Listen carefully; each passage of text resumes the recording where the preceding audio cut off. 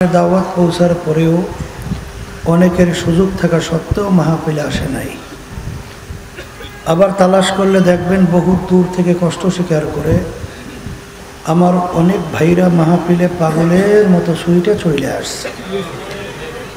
মান জাদ্দা ওয়াজাদা, যে যেই জিনিস পাওয়ার জন্য চেষ্টা করে ওই জিনিসে পাইয়াও যায়। দাদাজান আব্বাজান চরমনের জমিনে ঘুমায় আছে। আমার আব্বাজান বলতেন, দিনই মাহফিলে প্রথম থেকে শেষ পর্যন্ত থাইকে বাড়ি বিদায় হয়ে চলে গেলে আমল নামার মধ্যে কমপক্ষে হলেও 50 লক্ষ নেকি এরকম জমা হতেই পারে না। নিয়াত যাদের সহি, আল্লাহকে রাজি খুশির উদ্দেশ্যে যারা আসছেন, রব্বুল আলামিন লক্ষ লক্ষ নেকি তাদের আমল নামায় দান করবে। এত নেকি পাওয়া যাবে জানার পরেও আশেপাশে রাস্তাঘাটে দোকানে বাজারে ঘরে অনেক আমার ভাইরা দুনিয়ার বিভিন্ন গল্পের মধ্যে লিপ্ত। কেউ টেলিভিশন সাইরা ড্যান্স গানে লিপ্ত, কেউ বিভিন্ন হারাম কাজে টাসের আড্ডায়, জুয়ার আড্ডায়, মদের আড্ডায়। সুযোগ থাকা সত্ত্বেও তারা মাহফিলে আসে নাই। না আসার কারণ হিসেবে আমার আব্বাজান রহমাতুল্লাহি আলাইহি বলতেন, বুঝের অভাব। কিসের অভাব? আর এই বুঝের জন্যই মাহফিলের ব্যবস্থা। আল্লাহ রাব্বুল আলামিনের কাছে দোয়া করেন, রব্বুল আলামিন আপনি আমাদেরকে দ্বীনের সহি বুঝ দান করেন। আমিন। হাদিসের মধ্যে আসছে, আল্লাহ রাসূল সাল্লাল্লাহু আলাইহি ওয়াসাল্লাম বলছেন, মাই ইউরিদিল্লাহু বিহি খায়রান ইউফাক্কিহু ফিদ্দীন। আল্লাহ যাকে ইচ্ছা করেন, ভালোবাসেন, তাকে দ্বীনের সহি বুঝ দান করে। পাশে একটা কথা মনে রাখা লাগবে, হেদায়েত কিন্তু কোনো পীরের হাতে নাই। বলেন, কোনো পীরের হাতে নাই, কোনো বাবাদের হাতেও নাই, কোনো দলের নেতা নেত্রীর হাতেও নাই, কোনো উস্তাদ বা উস্তাদদের হাতেও নাই। হেদায়েত একমাত্র আল্লাহর হাতে। কথা ঠিক না বেঠিক? উজানি কারি ইব্রাহিম সাহেব রহমাতুল্লাহি আলাইহি, তাকে একজন প্রশ্ন করছিলেন, হযরত, হেদায়েত আল্লাহর হাতে রাখলেন কেন? হুজুর বলছিলেন, হেদায়েতের চেয়ে বড় নেয়ামত আর কিছু নাই, হতেও পারে না। আল্লাহ রাব্বুল আলামিন তার হাতে রাখছে এর জন্যে যে আল্লাহ চায় বান্দাবান্দি আমার কাছে হেদায়েত চাবে, আমি দান করব। তাহলে বলতে পারেন যে হেদায়েত কারো হাতে নাই, তো হুজুর পীরের কাজটা কি? পীর কাকে বলে এটা বোঝা লাগবে। পীর একটা ফার্সি শব্দ, আরবিতে বলে মুর্শেদ, বাংলা অর্থ হলো পথ প্রদর্শক। আপনি চিটাগাংয়ের রাস্তা চেনেন না, যে আপনাকে চিটাগাংয়ের রাস্তা দেখাবে সেই হইল পীর। ওই পথে চলা বা না চলার দায়িত্ব আপনার এবং আমার, আর মঞ্জিল মাকসুদে পৌঁছাবার মালিক হলো আল্লাহ। এখন পীর পথ দেখানো, মন গড়া কোনো পথ দেখাতে পারবে না? পারার কারণ কি সেটাও আমাদের জানতে হবে। আল্লাহ রাসূল সাল্লাল্লাহু আলাইহি ওয়াসাল্লাম প্রায় 1450 বছর আগে সাহাবায়ে কেরামদেরকে লক্ষ্য করে বলছিলেন, হে আমার সাহাবারা, তারাকতু ফীকুম আমরাইন লাম তাদিল্লু মা তামাসসাকতুম বিহিমা, কিতাবাল্লাহ ওয়া সুন্নাত রাসূলিহি। আল্লাহ রাসূল সাল্লাল্লাহু আলাইহি ওয়াসাল্লাম বলছেন, আমি তোমাদের কাছে দুইটা জিনিস রেখে গেলাম, যদি মজবুত করে ধরতে পারো তোমরা ধ্বংস হবে না, জাহান্নামে যাবে না। কয়টা জিনিস? একটা কোরআনুল কারীম, আল্লাহর কিতাব, আর একটা হলো সুন্নাহ। কথা ঠিক না ভাই? ঠিক।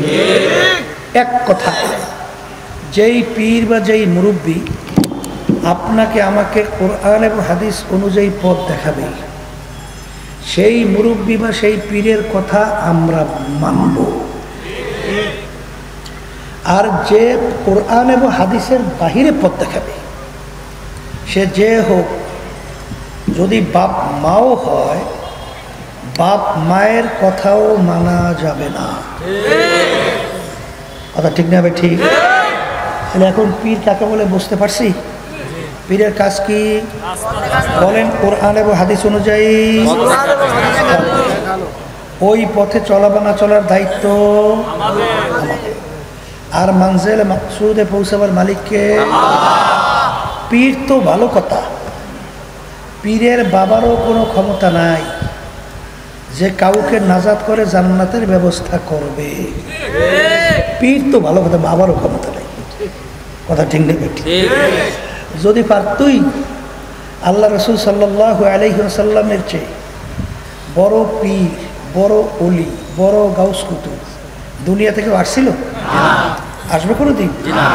তাহলে আল্লাহ রসুল সাল্লাল্লাহু আলাইহি ওয়াসাল্লাম দুনিয়ায় থাকা অবস্থায় তার কলিজার টুকরা সন্তান ফাতেমা রাদিয়াল্লাহু তাআলা আনহা তাকে ইঙ্গিত করে বলছিলেন, ইয়া ফাতেমা তুয়ান তুজি নাফসাকা মিনান নার, হে ফাতেমা, দুনিয়ায় থাকা অবস্থায় নিজে আমল করো, জাহান্নামের আগুন থেকে বাঁচো, এরপরে অন্ধকার কবরে যাইয়া শো। ফাতেমা যদি কবরে এই পরিচয় দেও, আমি আখিরি জামানার নবীর মেয়ে, আল্লাহ রসুল সাল্লাল্লাহু আলাইহি ওয়াসাল্লাম বলছেন এই পরিচয় কবরে কোনো কাজ হবে না। তা আল্লাহ রসুল সাল্লাল্লাহু আলাইহি ওয়াসাল্লাম যদি তার নিজের মেয়ের ব্যাপারে কবরে করে নাজাতে গ্যারান্টি দিতে না পারে, তাহলে এমন কোন পীর আছে, এমন কোন বাবা আছে, এমন কোন দলের নেতা আছে যে আপনাকে আমাকে নাজাত করে জান্নাতের ব্যবস্থা করতে পারবে? একটু মোড়ামুড়ি কম করেন, দূরের শব্দ এত বাড়াইয়েন না। এত বাড়াইছেন কেন শব্দ দূরে? আমি আসতে বলবো, জোরে বলবো, হাত দিয়েই রাখছেন খালি ওইটার মধ্যে নাকি? বয়ানি করতে পারে না। বলছি বাহিরের শব্দ ভিতরের শব্দ একরকমের রাখে। বাহিরে বেশি শব্দ বাড়িলে পিছন থেকে শব্দ এদিকে প্রতিধ্বনি হয়, বেশি কমাইয়েন না।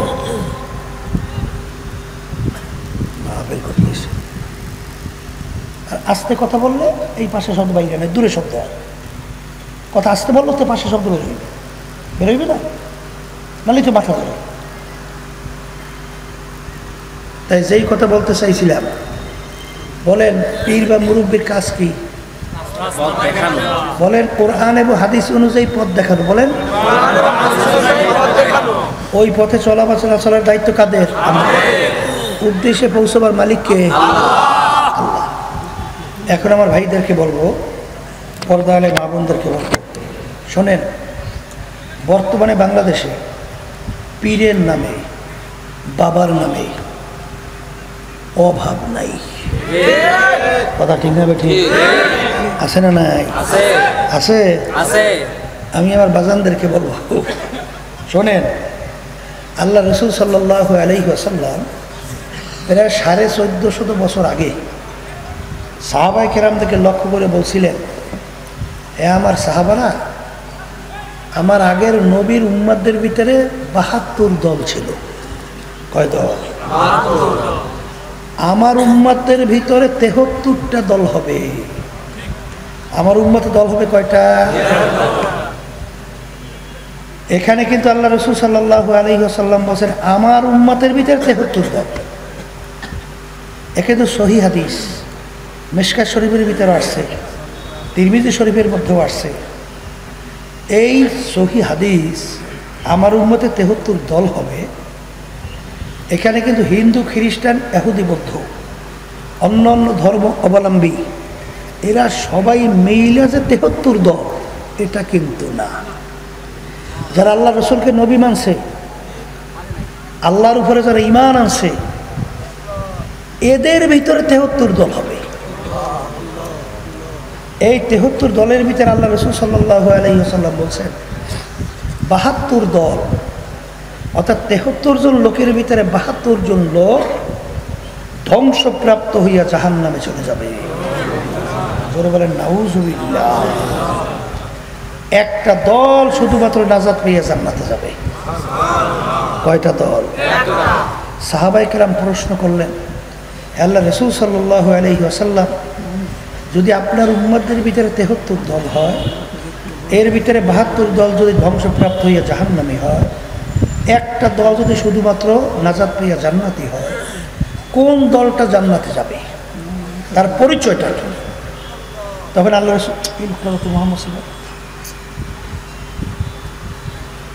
রসুল সাল্লাল্লাহু আলাইহি ওয়াসাল্লাম বলেন, মা আনা আলাইহি ওয়া আসহাবি। আল্লাহ রসুল সাল্লাল্লাহু আলাইহি ওয়াসাল্লাম বলেন, আমি এবং আমার সাহাবারা, বলেন যেই পথ, যেই মত, যেই নীতি আদর্শ, যেই সূরা, যেই সিরা, যেই আকীদার মধ্যে আছি, কিয়ামত পর্যন্ত যারাই এই নিয়মে থাকবে তারাই নাজাত পাইয়া জান্নাতি। মাপকাঠি পাইছেন? জান্নাতে কারা যাইবে মাপকাঠি পাইছেন? এখন আপনার আমার দায়িত্ব হলো যে আমাদের আমল মানে কাজ সাহাবাই কেরামদের কাজের সঙ্গে মিলানো লাগবে। আমল মানে কি? কাজ। যে আমাদের আমলগুলো সাহাবাই কেরামদের আমলের সঙ্গে কাজের সঙ্গে মেলে কিনা, যদি মেলে জান্নাতি, না মেলে জাহান্নামী। আমি বাজানদারকে বলি, আল ইয়াউমা আকমালতু লাকুম দীনাকুম ওয়া আতমামতু আলাইকুম নি'মাতি ওয়া রাদিতু লাকুমুল ইসলাম দীনা। দিন পরিপূর্ণ, দিনের ভিতরে বাড়তি কমতি আর কোনো দিক নাই, আসবেও না। কথা বলেন, নবী কি শেষ নবী না আবার আসবে? আসতে বলেন, হ্যাঁ বর্তমানে কিন্তু এক শ্রেণী এই বলা শুরু করছে, লেবাসুত তাকওয়া যালিকা খায়র, পরহেজগারি লেবাস তোমাদের জন্য উত্তম। সবাই জোরে বলেন সুবহানাল্লাহ। কোন পোশাক উত্তম? এখন পরহেজগারি লেবাস কোনটা? এক শ্রেণী বর্তমানে বাড়িতে নাম দিয়েছে ইসলাম, গায়ে সবন ইসলাম, কথা কয় না? আল্লাহ রসুল সাল্লাল্লাহু আলাইহি ওয়াসাল্লাম দুনিয়াতে আসছে, আল্লাহ পাঠাইছে। আল্লাহ রসুল বলেন, বুইসতু মুআল্লিমান, আল্লাহ রাব্বুল আলামিন আমাকে ওস্তাদ হিসাবে পাঠাইছে। কি হিসাবে? তাহলে ওস্তাদ হলে তার ছাত্র লাগে না? বলেন ছাত্র সাহাবায়ে কেরাম। কারা?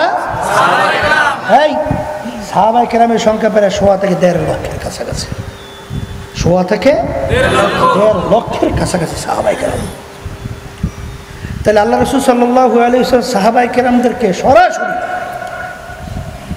কোন পোশাক পরিধান করাইছেন, তাদেরকে কিভাবে নামাজ পড়াইছেন, তাদেরকে কি কি আমল করাইছেন, সরাসরি সাহাবায়ে কেরামদেরকে আল্লাহ রসুল সাল্লাল্লাহু আলাইহি ওয়াসাল্লাম তালিম দিয়া, ট্রেনিং দিয়া তৈরি করছেন। এই যে বর্তমানে একদল বাইরে এসে ইমাম মানে না, আছে না নাই? হ্যাঁ, ওরে সর্বনাশ। আবার হেরা বলে বলে, আর হ্যাঁ বলে আহলে হাদিস। আমি বাজানদারকে বলে, কেউ কষ্ট পাইবেন না, রাগ করবেন না, বোঝার চেষ্টা করেন। এই আপনি আহলে হাদিস দাবি করেন, তাইলে কোরআন বাদ হয়ে যায় না? আসতে কয় তাহলে আবার আর এক দল বাইরে না আহলে কোরআন, কি কথা কেনা কি বাইরে বাইরে না? আচ্ছা, আপনি আহলে হাদিস, বেশ। এদের কাজ কিন্তু মূলত দুইটা, আমরা যেটা পাইছি আর কি, জোরে আমিন বলা আর বুকের ভাত বাঁধা, দেখছেন না? আচ্ছা, এখন আমার বাজানদেরকে বলি, শোনেন। এ আল্লাহর বান্দারা, এ পর্দা আলে মা বোনেরা, এই যে আমিন জোরে বলা এবং বুকের ভিতরে হাত বাঁধা, বুকের ভিতরে হাত বাঁধার হাদিসও কিন্তু সহিহ। এটা কি সহিহ? আবার কিন্তু নাভির নিচে হাত বাঁধার হাদিসও কিন্তু সহিহ। দুটোটাই কি সহিহ? তাহলে এখন এই দুই হাদিসের ভিতরে তাতবিক দিতে হইলে এখন ইমাম লাগবে না? আসতে বলে লাগবে কি লাগবে না? শোনেন, 4 জন ইমাম উল্লেখযোগ্য বড় ইমাম, ইমামুল আজম আবু হানিফা রহমতুল্লাহি আলাইহি, আর একজনকে ইমাম শাফি রহমতুল্লাহি আলাইহি, আর একজনকে ইমাম মালিক রহমতুল্লাহি আলাইহি, আর একজনকে ইমাম আহমদ হাম্বল রহমতুল্লাহি আলাইহি। কি কথা ঠিক কিনা?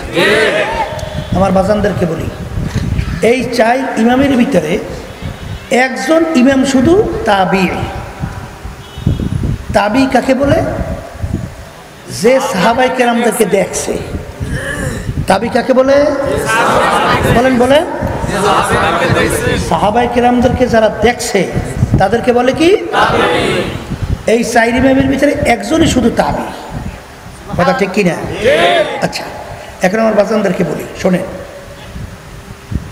লক্ষ লক্ষ হাদিস না? আসতে পারে লক্ষ লক্ষ হাদিস না? আচ্ছা, লক্ষ লক্ষ হাদিস আপনি দেখেন, ইমামুল আজম আবু হানিফা রহমতুল্লাহি আলাইহি তার কত হাদিস জানা ছিল?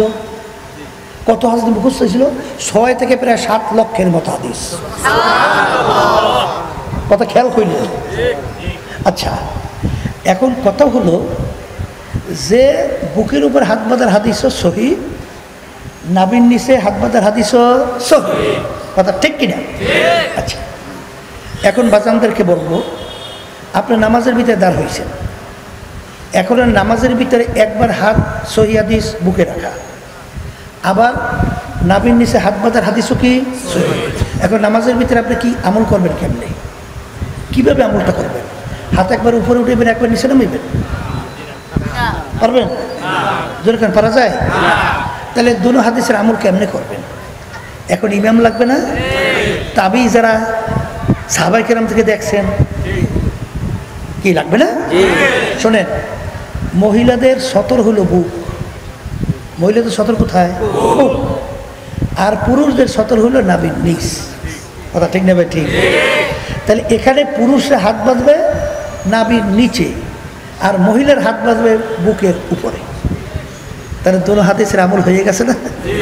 মহিলাদের জন্য এক হাদিস, আবার পুরুষরাও এক হাদিস। আর হাত বাঁধা তো ফরজ ওয়াজিব কিছু না। কথা কয় না? আপনি হাত না বাঁধলেও নামাজ নষ্ট হবে? কথা কয় না? নষ্ট হবে? আচ্ছা, আমি জোরে বলে আসতে পড়া, এটা কি ফরজ ওয়াজিব সুন্নাত? এটা যদি জোরে না বলেন আপনি নামাজ নষ্ট হবে? জোরে বলে নষ্ট হবে না। কোন জায়গায় 13 ফরজের ভিতরে পাইছেন যে আমি জোরে বা আমি আসতে? কোথায় আছে? তা যদি না থাকে, এইটা নিয়ে যদি আমরা বাড়াবাড়ি করি, তাহলে সমাজের ভিতরে বিশৃঙ্খলা হয়। কি হয়? আর হাদিসের ভিতরে আছে আল ফিতনাতু আশাদ্দু মিনাল কতল। যদি এই সমাজের ভিতরে বিতর্কিত হয়, সমাজের ভিতরে বিশৃঙ্খলা হয়, এইটা কিন্তু কতলের চেয়েও মারাত্মক। এই জন্য আমাদের জানতে হবে যে আসলে কিভাবে আমল করব। আর শোনেন, আমরা যারা আহলে হাদিস বলবো, আমরাও তো আহলে হাদিস, আমরা হাদিসের আমল করি না? আমরা কোরআনে হাদিস আমল করি না? কোরআনের কথা বলে না কেন? আমরা তো আহলে কোরআন, আহলে কোরআন হাদিস, নাহলে আমরা চলবো কিভাবে? বলে কথা ঠিক না? এটা কোনো ভিন্ন একটা নাম হইতে পারে? এই নামটা তো কোনো দরকার নাই। এই জন্য আমার বাচ্চাদেরকে বলবো, শোনেন, কেউ রাগ করিলেন না বাচ্চা। বুখারী শরীফ হাদিসের মধ্যে আসছে, 3 শ্রেণীর মানুষদেরকে দিকে আল্লাহ রাব্বুল আলামিন, সহিহ হাদিস বুখারী শরীফে, আল্লাহর রহমতের নজরে তাকাবে না। কয় শ্রেণীর? আবার জোরে বলেন। এর ভিতরে এক শ্রেণী হলো যারা টাকনু গিরার নিচে পুরুষ কাপড় পরবে। টাকনু গিরার নিচে যেই পুরুষ কাপড় পরবে, তাদের দিকে আল্লাহ রাব্বুল আলামিনের রহমতের নজরে কিয়ামতের ময়দানে তাকাবে না। কিন্তু আমি বলি নেই, আল্লাহ রাসূল সাল্লাল্লাহু আলাইহি ওয়াসাল্লাম বলছেন। এখন আমার বাচ্চাদেরকে বলবো, শোনেন, কোনটা ফরজ, কোনটা ওয়াজিব, কোনটা সুন্নাত, কোনটা সুন্নাতে মুস্তাহাব্বা, কোনটা হারাম, কোনটা মাকরুহ তাহরিমা, কোনটা মাকরুহ তানজিম, এটা আমাদের জানতে হবে। ফরজকে ফরজের জায়গায় রাখতে হবে, ওয়াজিবকে ওয়াজিবের জায়গায় রাখতে হবে, সুন্নাতকে সুন্নাতের জায়গায় রাখতে হবে। কেউ যদি সুন্নাতকে আমরা ফরজের জায়গায় রাখি, আবার ফরজকে যদি সুন্নাতের চেয়ে গুরুত্ব কম দেই, তাহলে এটা কি দিনের ভিতরে গুলু না, কথা বলে না? আর পরিষ্কার সবাই একমত, গুলু ফিদ্দিন হারাম। গুলফুদ্দিন কি? জোরে বলেন, জোরে বলেন। মানে দিনের ভিতরে বাড়াবাড়ি করা, যেটা যে স্থানে সেখানে না রাইখা আর এক জায়গায় রাইখা সেটাকে বাড়াবাড়ি করা, এইটার নাম বলা হয় গুলুফিদ্দিন। এটা কিন্তু হারাম, কথা ঠিক কিনা? আমার বাজানদেরকে বলবো, শোনেন, কেউ রাগ করবেন না। আপনার কবরে আপনি যাবেন, আমার কবরে আমি যাব। আপনার কবরে প্রশ্নোত্তর আপনি দেবেন, আমার কবরে প্রশ্নোত্তর আমি দেব। আল্লাহ এবং আল্লাহ রসুল সাহাবাই কেরামদের রাস্তা ছাড়া, আমল ছাড়া জান্নাতে যাওয়া যায়? যাওয়া যাবে? যাবে? যাবে? তাহলে আল্লাহ রসুল সাল্লাল্লাহু আলাইহি ওয়াসাল্লাম কি পোশাক পরছেন? এক শ্রেণী আমার বাজানরা আছে, এরা কিন্তু ফুল প্যান্ট পরে টাকলু বিরিয়ার নিচে পরে, কি আছে না নাই? এইটা কি কোনো আয়েব দোষ মনে করে না? এটা কি হারাম না হালাল না সুন্নাত না ওয়াজিব? আসতে কয় এটা কিন্তু হারাম। টাকলু বিরিয়ার নিচে কাপড় পরা কিন্তু পুরুষদের জন্য হারাম। আমি বলি নাই, বুখারী শরীফে হাদিস শুনাইছি। কে মানবেন কে মানবেন না তা জানি না। আর যদি ভুল হয় বলবেন হুজুর ভুল বলছেন, কথা ঠিক কিনা? এবার হাদিসের ভিতরে আসছে বিজাতিদের সঙ্গে সাদৃশ্য। বর্তমানে এক সিনেমার বাজানরা, কেউ রাগ করবেন না, বোঝার চেষ্টা করেন। শোনেন, আপনার ইসলামের যে পোশাক, তাকওয়া পরহেজগারী পোশাক, এইটা আপনার কাছে ভালো লাগে নাই।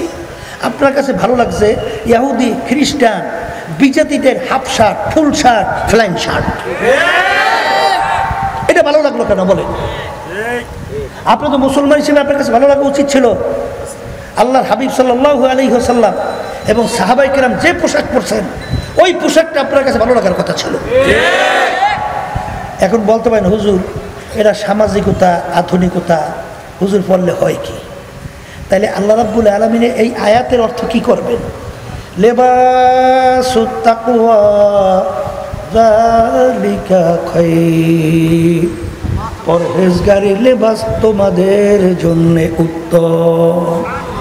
শোনেন, পরহেজগারি লেবাস যদি না থাকে, ওই আল্লাহর বান্দাবান্দি হারাম থেকে বাঁচতে পারে না। তাহলে হুজুর তা কেমন? এখনই প্রমাণ দেই, বুঝবেন।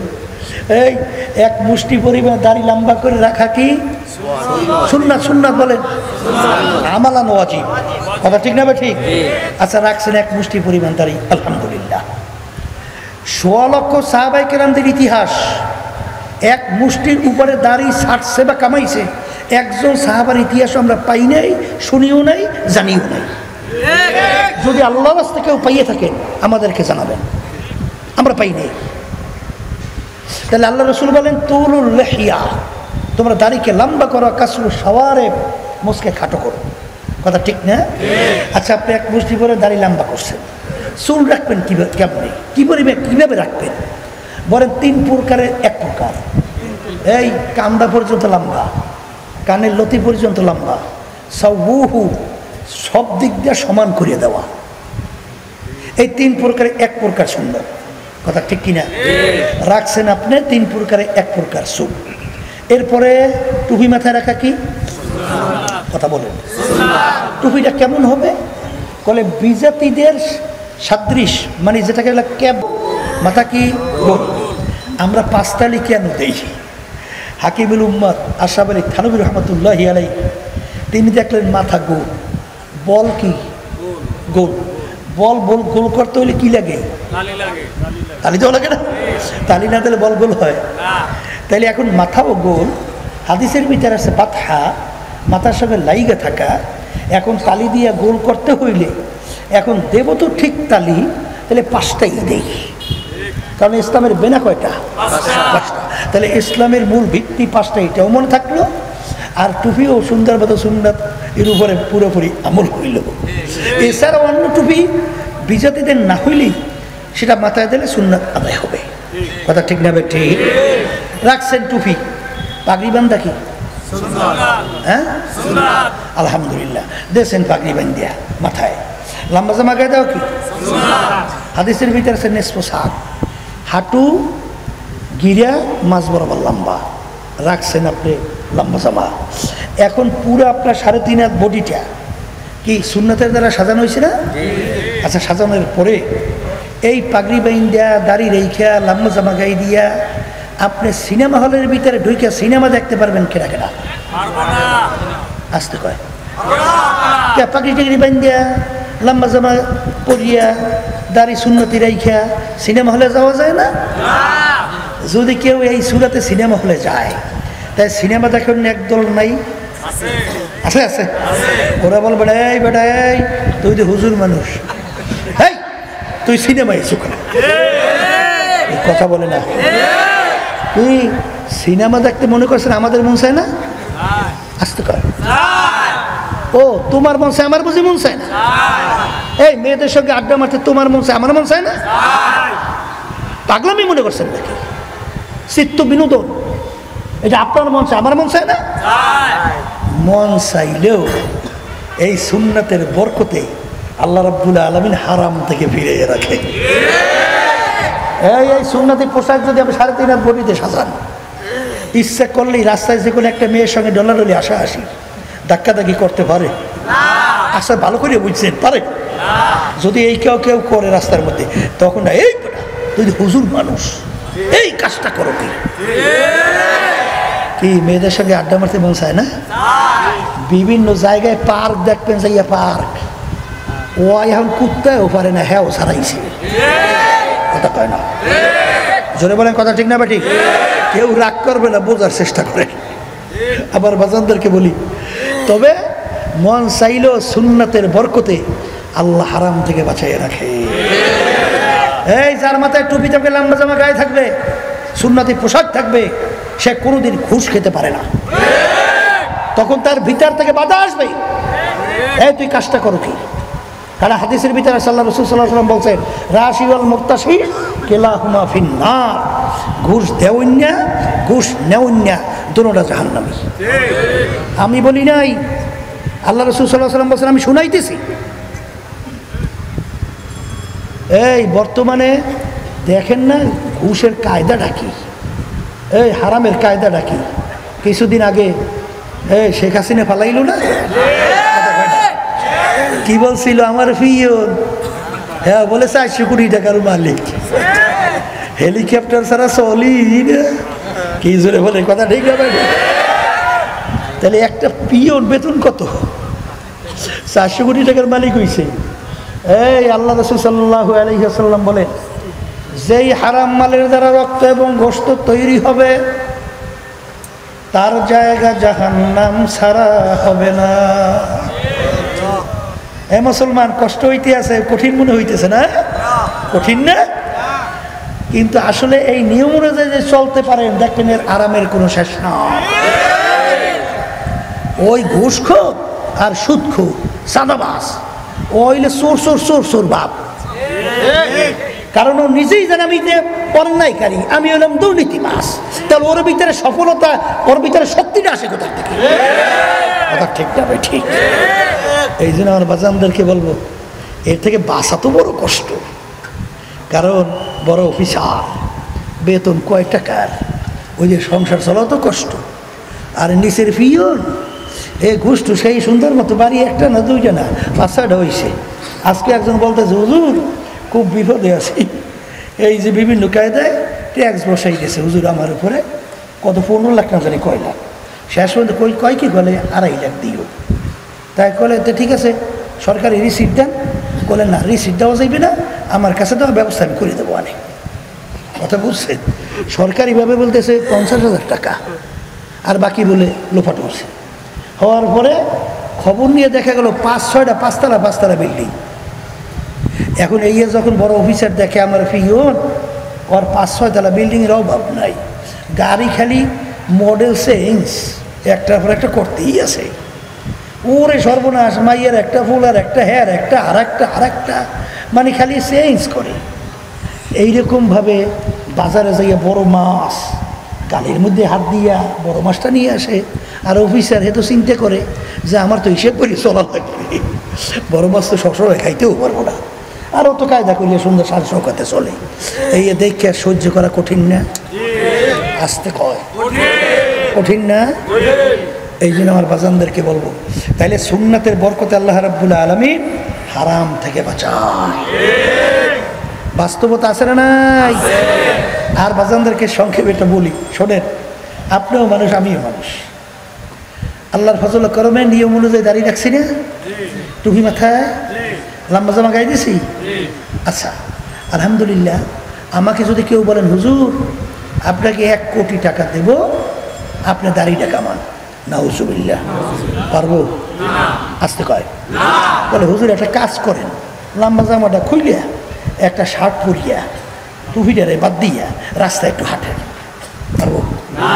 হ্যাঁ, আচ্ছা, তাহলে দাড়িও ফেলাইতে পারলাম না, টুপিও ফেলাইতে পারলাম না, লম্বা জামাও ফেলাইতে পারলাম না, তাহলে বুঝে গেলে এর মধ্যে একটা মজা আছে। আসতে কয় আছে না নাই? আবার দাড়ি না রাখার মধ্যেও কিন্তু একটা মজা আছে, টুপি না রাখার মধ্যেও কিন্তু একটা মজা আছে, লম্বা জামা গায়ে না দেওয়ার মধ্যেও কিন্তু একটা মজা আছে। জোরে বলেন আছে না না?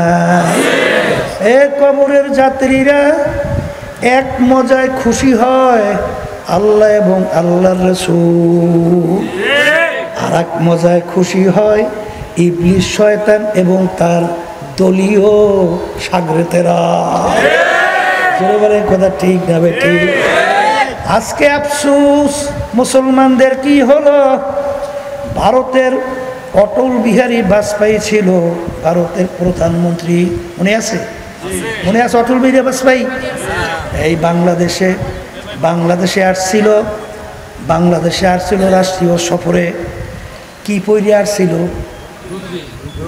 আজ থেকে দেখেন ধুতি ধুতি কি পরে আসছে? আফসোস আজকে হিন্দু অটল বিহারী বাজপেয়ী তার ধর্মীয় পোশাক তারা রাষ্ট্রীয় মেহমান হিসাবে আসছে, তারপরেও তাদের ধর্মীয় পোশাক ধুতি ছাড়ে নাই। কিন্তু আমাদের মুসলমানদের কি হলো, মুসলমানদের পোশাক নিয়ে মুসলমানদের কাছে বিরক্ত। জোরে বলেন নাউজুবিল্লাহ। কি কথা ঠিক না ঠিক? বাজান আমার কেউ রাগ করছে? রাগ করিয়েন না, রাগ করিয়েন না, কারণ আপনার কবরে আপনি যাবেন, আমার কবরে আমি যাব। আমরা শুধুমাত্র নকল করি, কোরআন এবং হাদিসের কথা শুনাই। কথা ঠিক কিনা? এর জন্য দেখবেন ওলামায়ে কেরাম বয়ান করেন, ওমা আলাইনা ইল্লাল বালাগ, আমাদের দায়িত্ব তোমাদের কাছে পৌঁছানো, এই মানবা না মানবা সেটা বুঝবা আল্লাহর সঙ্গে। কি জোরে বলেন কথা ঠিক কিনা? কারণ আল্লাহ রাসূল সাল্লাল্লাহু আলাইহি ওয়াসাল্লাম তার চাচাদের কাছে, কাফেরদের কাছে যখন দ্বীনের দাওয়াত দিল, এক আল্লাহর উপরে ঈমান আনো, তোমাদের শিরকি ছাড়ো, ভূত পূজা মূর্তি পূজা ছাড়ো, অন্যায় ছাড়ো, জুলুম ছাড়ো, খুন ছাড়ো, আহারে জ্যান্ত মেয়েটাকে মাটি চাপা দিয়া মারা ছাড়ো। এইটা যখন বলা শুরু করলো, তখন তার চাচারা সহ আত্মীয় স্বজন সব শত্রু হয়ে গেছিল। হয়েছে কি হয় নাই? আল্লাহর হাবিব পেরেশান হয়ে গেল। কিন্তু আল্লাহ রাব্বুল আলামিন বলে, হাবিব গো,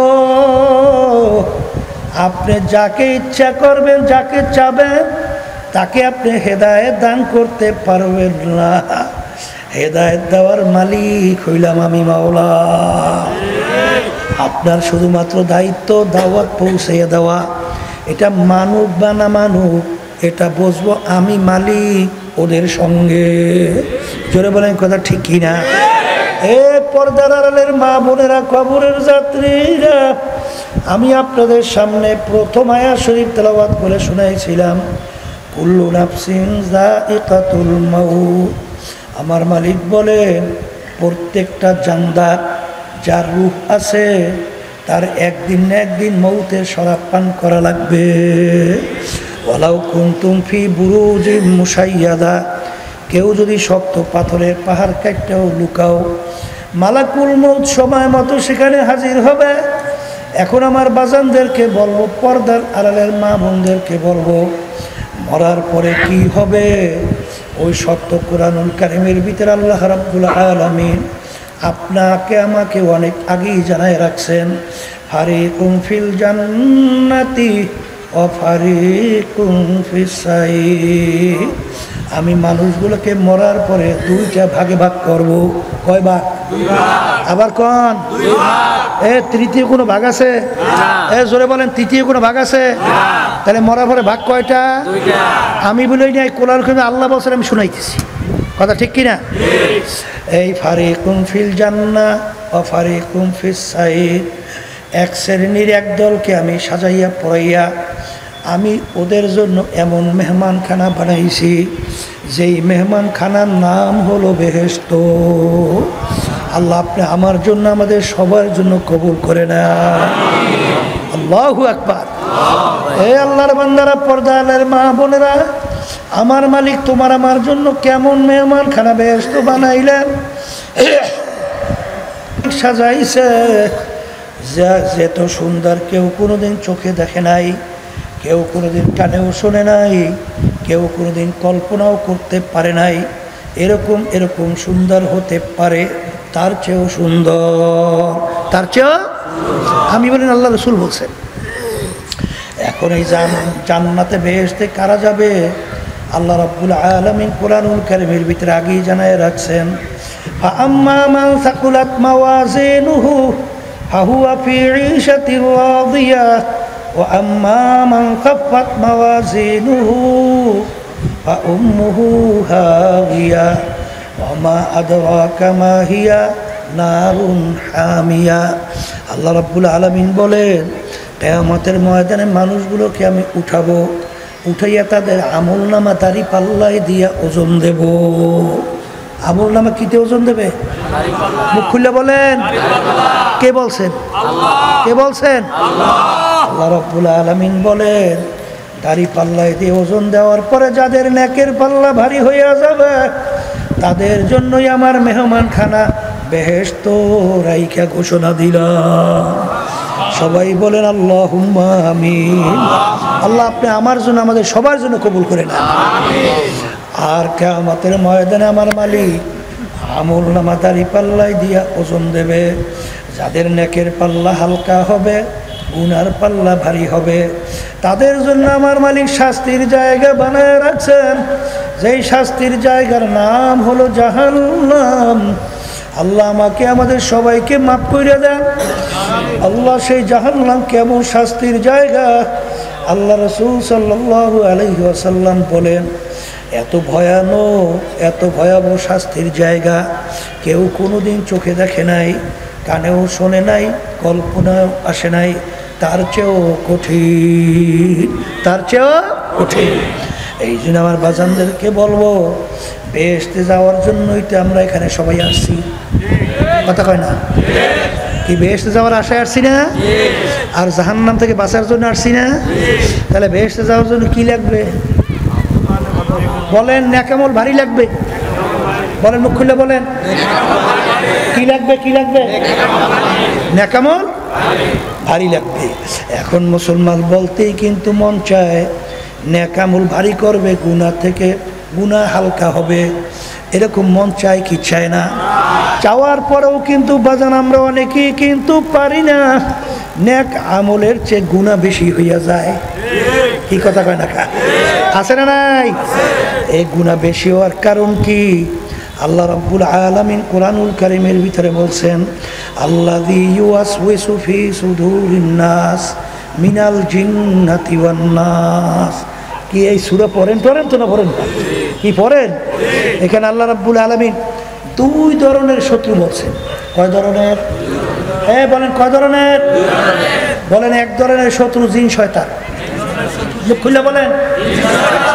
আর এক ধরনের শত্রু হলো মানুষ শয়তান। কথা ঠিক? কোরআনুল কারীম অন্য আয়াতে আল্লাহ বলছেন আর একটা শত্রু আছে ভয়াবহ, যেই শত্রুর নাম হলো নফসে আম্মারা। আর একটা কি? এই এখন শয়তান সম্পর্কে আল্লাহ রাব্বুল আলামিন বলেন, ইন্নাশ শাইতানা লাকুম আদুউন ফাত্তাখিযুহু আদুওয়া। শয়তান তোমাদের জাহের বাহের প্রকাশ্যে শত্রু। শয়তান আমাদের কি? আবার বলেন। কারণ আল্লাহর কাছে কসম কাটতে আসছে না শয়তান, যেই বনি আদমের উসিলায় তুমি আমাকে চিরতরে জাহান্নামের হুকুম দেছো, তোমার ইজ্জত জালালের কসম খাই আমি বলছি, ওই বনি আদমকে আমি জাহান্নামে না নিয়ে ছাড়বো না। জোরে করে নাউজুবিল্লাহ। এই জন্য কোরআনুল কারীমের ভিতরে আসছে শয়তান দুনিয়ার চাকচিক্যময়, এইটা আমাদের কাছে এমনভাবে উপস্থাপন করে চাকচিক্যময় কইরা, আল্লাহ বলতেছেন ওই চাকচিক্যময় দুনিয়া উপস্থাপনের কারণে তোমাদের দিল মন ওদিকে ঝুঁকিয়ে যায়। জোরে বলেন কথা ঠিক না ঠিক? এই জন্য এই শয়তান শত্রু থেকে আমাদের বাঁচা লাগবে না? আসতে কয় লাগবে।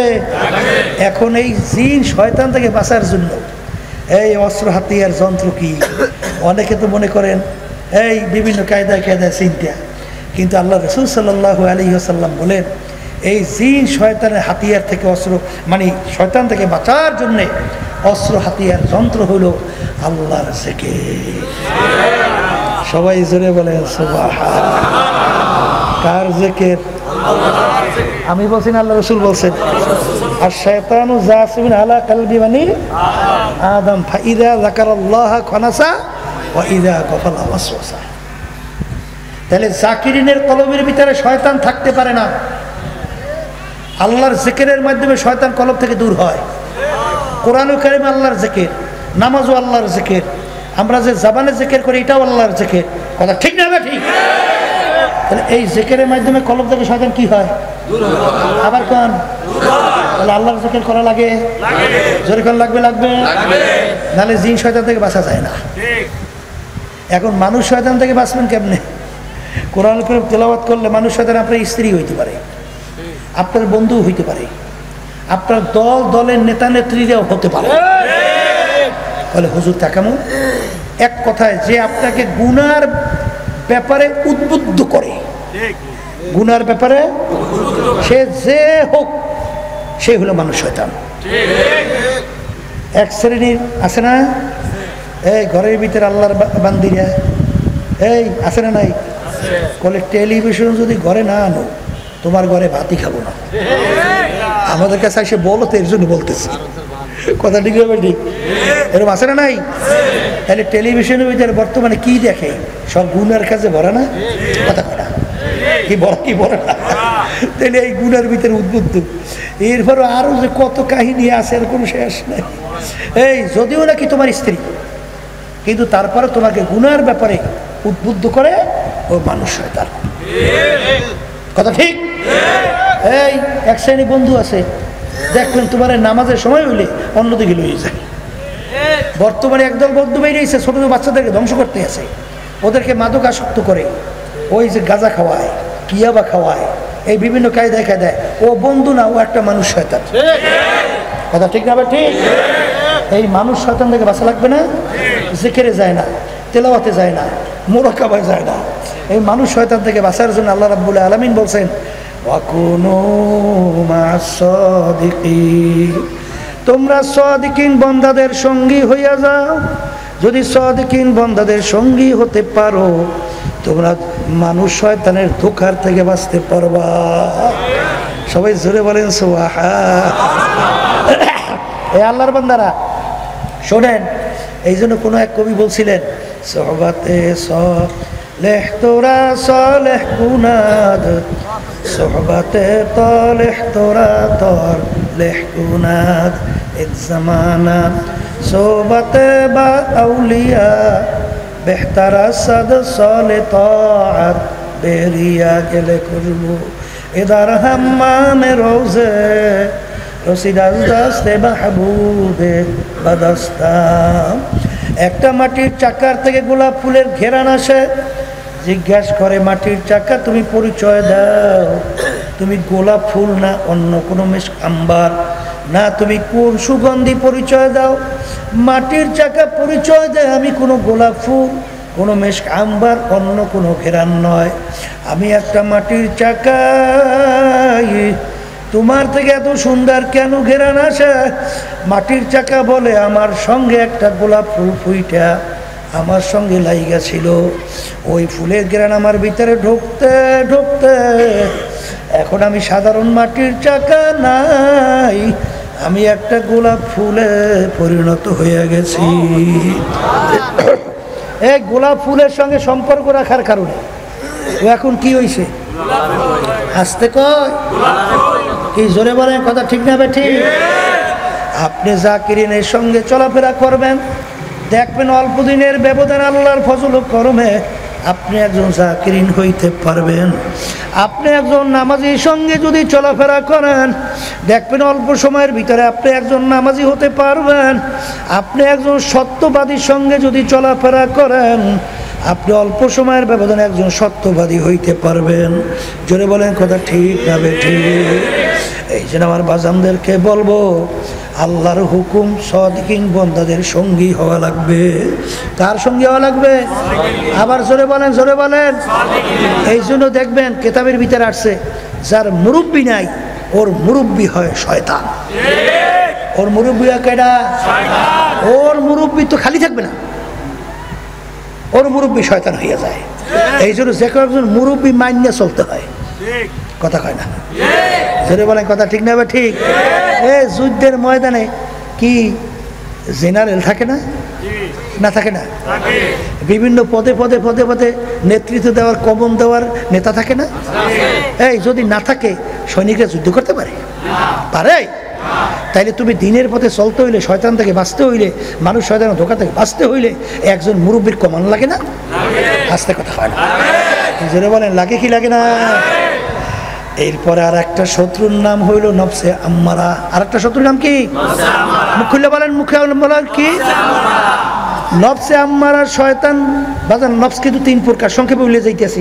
নফস কয় প্রকার বলেন? এক নম্বর নফস হলো নফসে আম্মারা, দ্বিতীয় নম্বর নফস নফসে লাওয়ামা, তৃতীয় নম্বর নফসে মুতমাইন্না।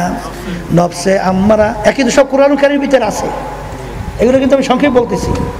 নফসে আম্মারা কাকে বলে? সব সময় গুনাহ করতে ভালো লাগে, নেকের কাজ ভালো লাগে না। এই নফসটা কোন নফস?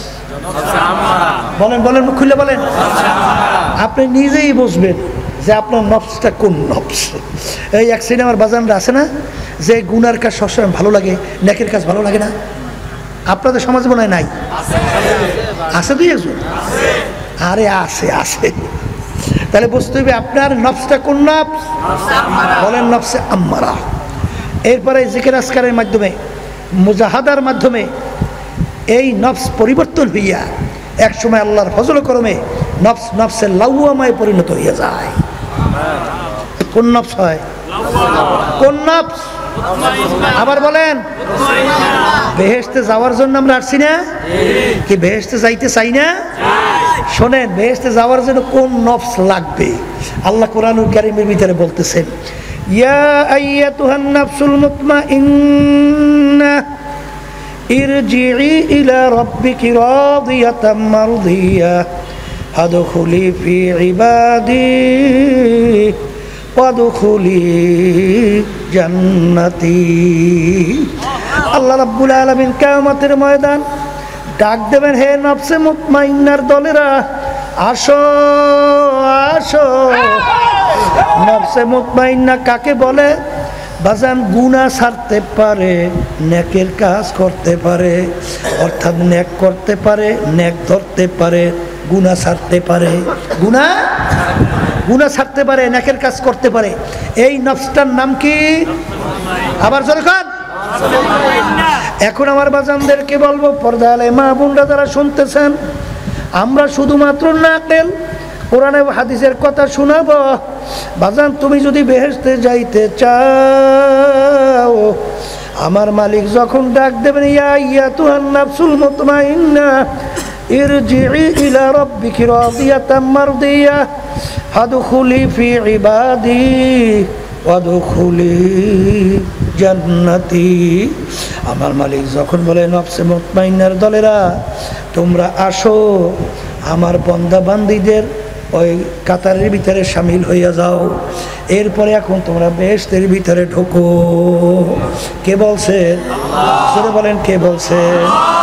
এখন আমার ভাইদেরকে বলবো, পর্দা আলে মা বোনদেরকে বলবো, মুসলমান বলতেই কিন্তু মন চায় নেকের পাল্লা ভারী করবে, গুনার পাল্লা হালকা করবে, কিন্তু শয়তান এবং নফস এবং মানুষ শয়তান আমাদের শত্রু, গুনার ভিতরে লিপ্ত করাবার চেষ্টা করে।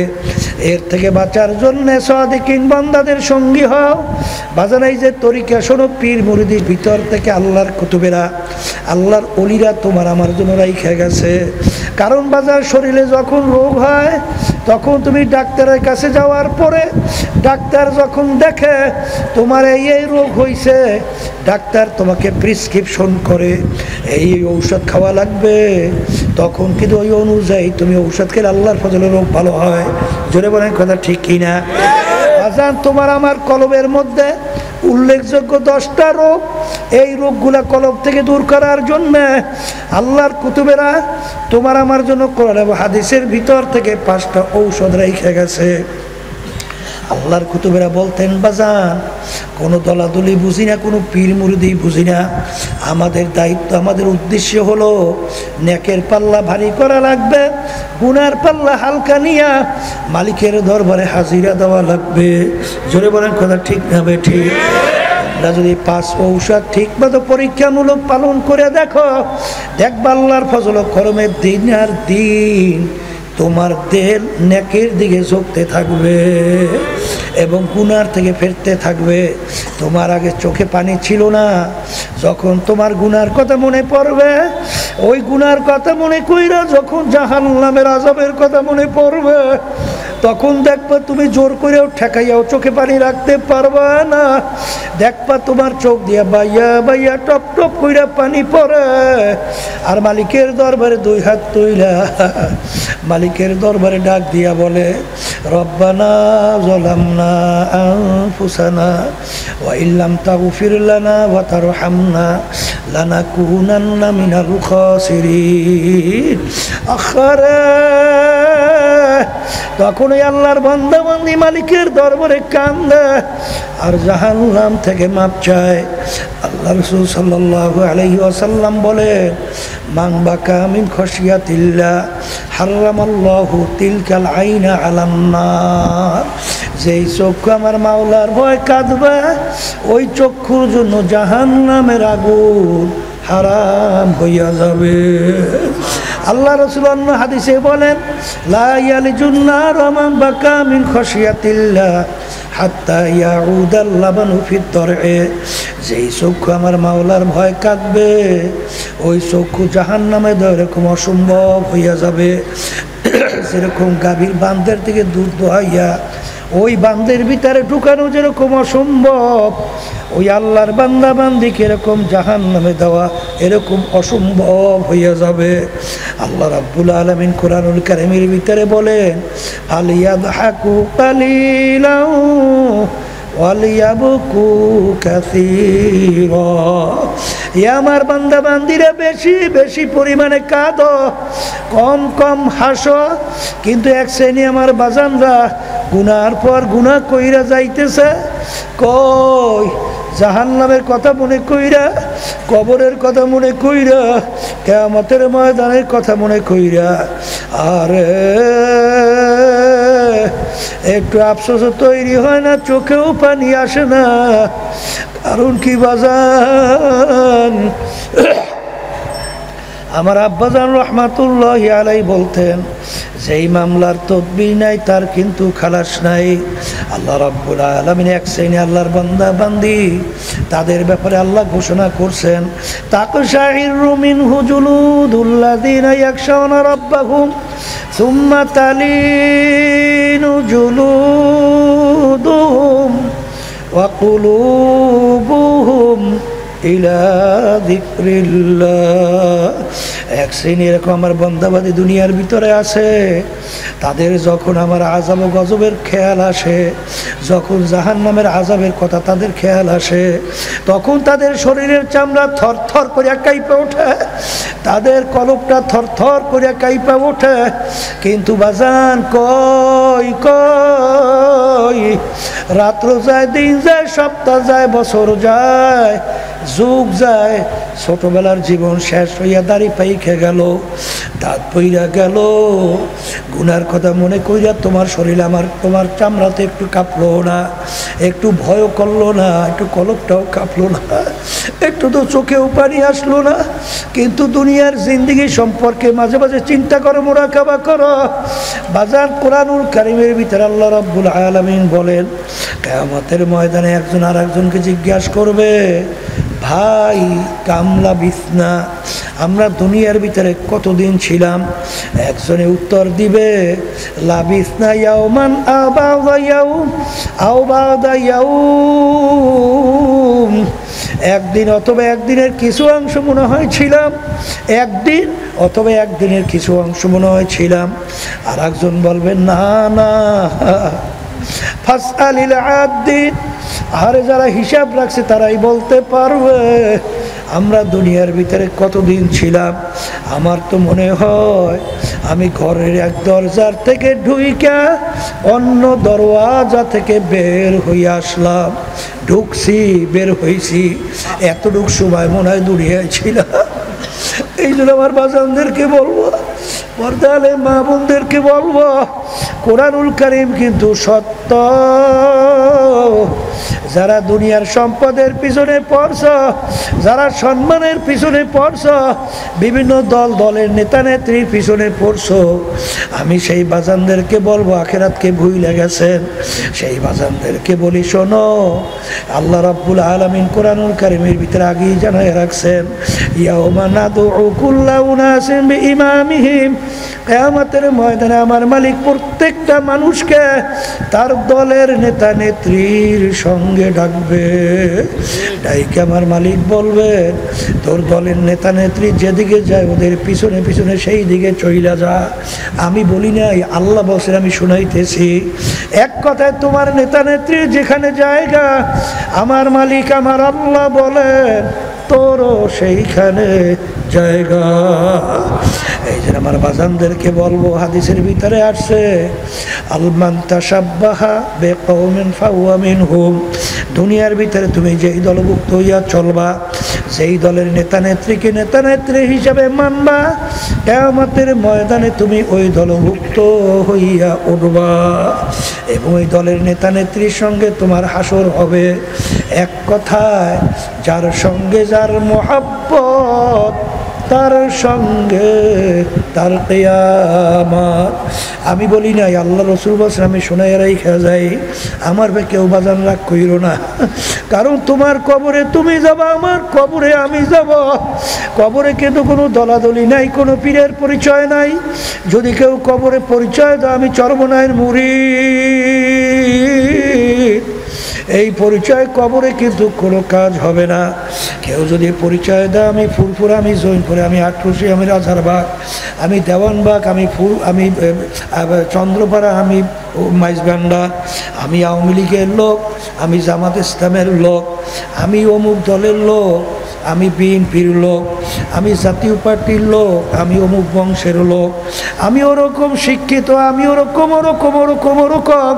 এই আল্লাহর বান্দারা, পর্দার আড়ালের মা বোনেরা, এই পরিচয় কিন্তু কবরে চলবে না। কারণ কবরে সবার জন্য প্রশ্ন তিনটা। এক নম্বর মান রব্বুকা, দ্বিতীয় আমা দীনুকা, তৃতীয় আমার নাবিয়ুকা। এই তিন প্রশ্নের ভিতরে কোথায় কিন্তু নাই তুমি চরমনাই না সারসিনা না ফুরফুরা, তুমি জামাতের না, তুমি তাবলিগ না, তুমি আওয়ামী লীগ না, তুমি বিএনপি। এই পরিচয় কিন্তু কবরে নাই। এই জন্য আমার বাজানদেরকে বলবো, পর্দালে মা বোনদেরকে বলবো, বাজান আমার কোনো রাগ কইরা লাভ নাই, আমাকে গালি দিয়াও কোনো লাভ নাই, উলামায়ে কেরামদের উপরে রাগ কইরা লাভ নাই, গালি দিয়া লাভ নাই। তোমার কবরের পুঁজি তুমি গুছাইয়া রওনা কর, কারণ নেকির পাল্লা যদি ভারী না কইরা যদি মৌতের বিছানায় শুইয়া বস, আমার মালিক বলবে জাহান্নাম না দেখাইয়া মৌত কইরো না। নাফরমান স্বপ্নের মতো দেখতে থাকবে জাহান্নামের দরজাগুলা টাস টাস করে খুলে গেছে, জাহান্নামের আগুন দাউ দাউ করে জ্বলতেছে, জাহান্নামের সাপ বিশ্বগুলো ঘুরাইয়া ঘুরাইয়া তাকাইয়া থাকবে। আজরাইল আলাইহিস সালাতু ওয়াস সালাম আসবে, তার মাথা আসমানে পাও তার জমিনে, এক হাত মাশরিকে এক হাত মাগরিবে, দুনিয়া জোড়া তার শরীর। বাজার নীল রঙের মতো দিঘির মতো দুইটা চক্ষু, সমস্ত শরীরের ভিতরে লম্বা লম্বা কালো কালো কতগুলো লম্বা পশম, প্রত্যেক পশমে গোড়া দিয়ে আগুনের জিহ্বা বাইর হইতে থাকবে। এই অবস্থা দেখে নাফরমানের রূহ তো আর বের হতে চাবে না। আখারে 360টা মাকামের ভিতরে পালাপালি করবে। আজরাইল সালাতু ওয়াস সালাম চক্ষু ঘুরাইয়া ধমক দিয়া বলবো, রে খাবিস, দুনিয়ার ভিতরে স্বাধীনতা পাইয়া আমার মালিকের সমস্ত নেয়ামত ভোগ কইরা, আমার মাওলার দেওয়া নেয়ামত চক্ষু দিয়া দেখছো, আমার মালিকের দেওয়া নেয়ামত কান দিয়া শুনছো, আমার মালিকের দেওয়া নেয়ামত জবান দিয়া কথা বলছো, আমার মালিকের দেওয়া নেয়ামত ব্রেন দিয়া পড়াশোনা কইরা সার্টিফিকেট অর্জন করলি, এই ব্রেন দিয়া ব্যবসা বাণিজ্য করে সম্পদ গুছাইলি, আর এই নেয়ামত ব্রেন পাইয়া আরে আজকেও এক আল্লাহর বান্দা আমার সঙ্গে দেখা করে, দুইটা চক্ষু আমার মালিক নিয়ে গেছে নাই। আমার মালিক ইচ্ছা করলে তোমাকে আমাকেও তো অন্ধ কইরা বানাইতে পারতো। এই নেয়ামত দান কইরা সব কিছু পালন কইরা আমার মালিকের হুকুম মানো নাই, তোকে হুকুম হয়ে গেছে ধইরা নেওয়ার জন্যে। এই কথা বইলা যখন রুহটাকে খপ কইরা ধরবে, ধইরা যখন টান মারবে, কলিজার রগগুলা সেইরা সেইরা নিয়ে চইলা যাবে। আহারে রাখতে কি দুয়ার পারবে পাসাও ফাতার ইদিন কাশাফাল গুবার আফরাসুন তাহতার জুলকা আমহেমা রো। আজকে দুনিয়ার চক্ষুগুলো আমি পরিচয় দিই আমি পীর, কেউ পরিচয় দেয় আমি মুফতি, আমি মুহাদ্দিস, আমি এমপি, আমি মিনিস্টার, আমি চেয়ারম্যান, আমি মেম্বার, আমি বড় বংশের, আমি শিক্ষিত, আমি অমুক টমুক সন্ধ। তখন তুমি দেখতে পারবা তুমি অমুক টমুক সমুক না খোদা না কাস্তে একজন জাহান্নামের কয়দি। এই জন্য আমার বাজানদেরকে বলবো, পর্দা আলে মা বোনদেরকে বলবো, আল্লাহ নবী সাল্লাল্লাহু আলাইহি ওয়াসাল্লাম তার অল্প বয়সে তার দাড়ি পাইকে গেছিল, পিঠ মোবারক গুজা হয়ে গেছিল। সাহাবায়ে কেরাম বলে, আল্লাহর রাসূল এত অল্প বয়সে আপনার দাড়ি কেন পাইকে গেল, আপনার পিঠ মোবারক কেন গুজা হয়ে গেল? আল্লাহর হাবিব বলেন, আরে আল্লাহ রাব্বুল আলামিন আমার উম্মতদের ব্যাপারে যারা ঠিকমতো নামাজ পড়ে না, যারা ঠিকমতো রমজান মাসে রোজা রাখে না, যারা হারাম হালাল তমিজ করে পার্থক্য করে খায় চলে না, যারা আল্লাহর হুকুম পর্দা মানে না, যারা বেপর্দায় চলে, আরে সুন্নাত তরিকায় যারা চলে না, এক কথায় আল্লাহর হুকুম আমার তরিকা অনুযায়ী যারা চলে না, তাদের ব্যাপারে আমার মালিক যে আযাব ও গজবের ঘোষণা দিছে, যে জাহান্নাম তৈরি করছে, ওই এক সেকেন্ডের আযাব সহ্য করার শক্তি দুনিয়ার কোনো মানুষের নাই। আমার উম্মত কিভাবে জাহান্নামের আগুনে জ্বলবে এই চিন্তায় চিন্তা আমি রসুলের দাড়ি পাই খেয়ে গেছে, আমার পিঠ গুজা হয়ে গেছে। এই পর্দার মা বোনেরা, এই কবরের যাত্রীরা, এরপরেও যদি না বোঝো, আমার মালিক মাঝে মাঝে কত ঘটনা বাংলাদেশেও দেখায়। চরমনের এক মুজাই ছিল, মুরিদ ছিল, কুড়িগ্রাম, অনেকে তাকে ঘুঘু মুন্সি কইয়া ডাকতো। বাজান আসলে নাম ছিল বশির উদ্দিন মুন্সি। দুনিয়ার থেকে বিদায় নিয়ে কবরে যাওয়ার পরে 32 বছর পরে নদীর ভাঙ্গলে যখন তার কবর ভেঙে গেল, 32 বছর পরে কাপনের কাপন সহ লাশ তাজা বের হয়ে আসছে। বাজান কাপড়েরও কিছু হয় নাই। অনেক জাতীয় দেখায়, লাশ দেখায়, দিনদার আল্লাহওয়ালা ছাড়া দেখা যায় না। আমি কিছুদিন আগেও উমরা হজ থেকে আসছি বাজার, ওর বাজার আমির হামজা রাদিয়াল্লাহু তাআলা আনহু তার কবর জিয়ারত করে আসছি। বাজার আমির হামজা রাদিয়াল্লাহু তাআলা আনহু শাহাদত বরণ করার 50 বছর প্রায় পরে বাজান তার লাশ মোবারক বের হইয়া আসছিল, একেবারে দিব্যি বোনায় এখন ঘুমাইয়া রয়েছে। বাজার আবার কত নাফরমান, কত বেনমাজি, হারামখোর, সুদখোর, ঘুষখোর, কত জুলুমবাজ। বাজার নাফরমান কবরে আগুন দেখা যায়, সাপ দেখা যায়, নাফরমানের চেহারা শুয়ারের চেহারা হইয়া পইরা আছে। যত দুর্ঘটনা মাঝে মাঝে কবরে দেখা যায়। বাজার হারামখোর, ঘুষখোর, সুদখোর, বেপরদায় চলুন না, মিথ্যাবাজ, খুনি, জালেম ছাড়া কিন্তু দেখা যায় না। এই জন্য আমার বাজানদেরকে বলবো, পর্দা আলে মা বোনদেরকে বলবো, দুনিয়ার যে কোনো কাজের ভিতরে একটা সময় থাকে, তারিখ থাকে। তোমার আমার সময়ও কোনো তারিখ নাই, মৌতের কোনো তারিখ নাই, কোনো সময়ও নাই।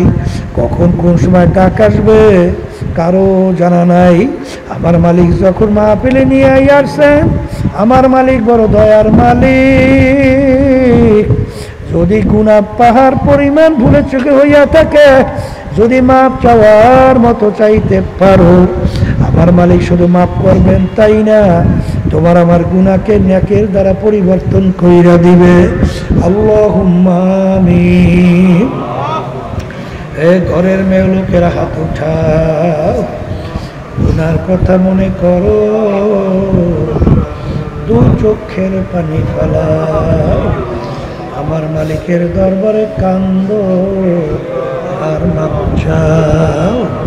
যদি কান্না না আসে, মনকে বুঝাও রে মন, একদিন ঘরের দরজা দিয়ে নতুন বউ হইয়া উঠছিল রে মন।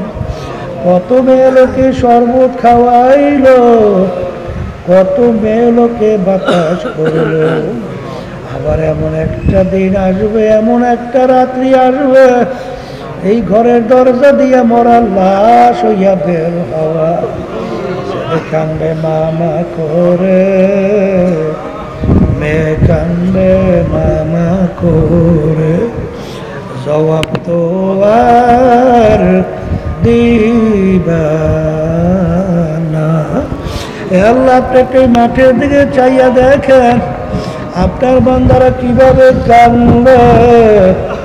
মালিক আমাদের ছিল মরে নাই, মেয়েও মরে নাই, গুনাহ করে বসছি রে, মাফ করে দেন গো মাওলা, মাফ করে দেন। আল্লাহর বান্দারা জোর করে কান্দে, জোর করে কান্দে। সন্তান মারা গেলে চোখে পানি আসে, সন্তান নষ্ট হয়ে গেলে চোখের ভিতরে পানি আসে। তোমার আমার গুনার কারণে যে জাহান্নামের আগুন জ্বলছে, ওই জাহান্নামের আগুন চোখের পানি ছাড়া ঠান্ডা হবে না। আল্লাহ যাদের উসিলায় মাহফিল হইল, যারা মাহফিলের জন্য চেষ্টা কাটনি সাহায্য করলো, আমরা যারা মাহফিলে উপস্থিত হয়ে গেলাম, মালিক আমাদের সবার উপরে খাস মেহেরবানি নাযিল করেন আল্লাহ। আমাদের আম্মা আব্বা আত্মীয় স্বজন যারা কবরে শুয়ে রয়েছে, সবার কবরকে বেহেশতের বাগান বানায়া দেন।